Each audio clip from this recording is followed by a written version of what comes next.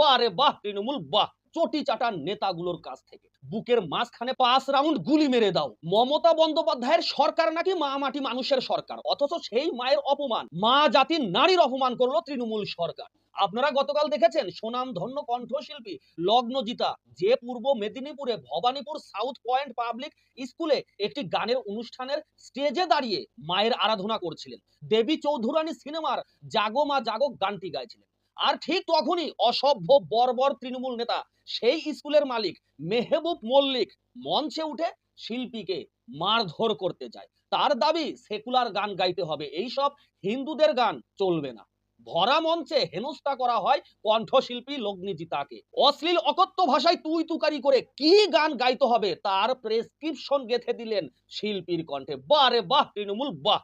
এই রাজ্যে এখন একজন প্রতিভাবান শিল্পী তার প্রতিভা মানুষের সামনে ঠিক কিভাবে প্রেজেন্টেশন করবে তার সার্টিফিকেট নিতে হবে তৃণমূল কংগ্রেসের কাছ থেকে। কি গান গাইতে হবে তার লাইসেন্স নিতে হবে তৃণমূল কংগ্রেসের চটি চাটা নেতাগুলোর কাছ থেকে।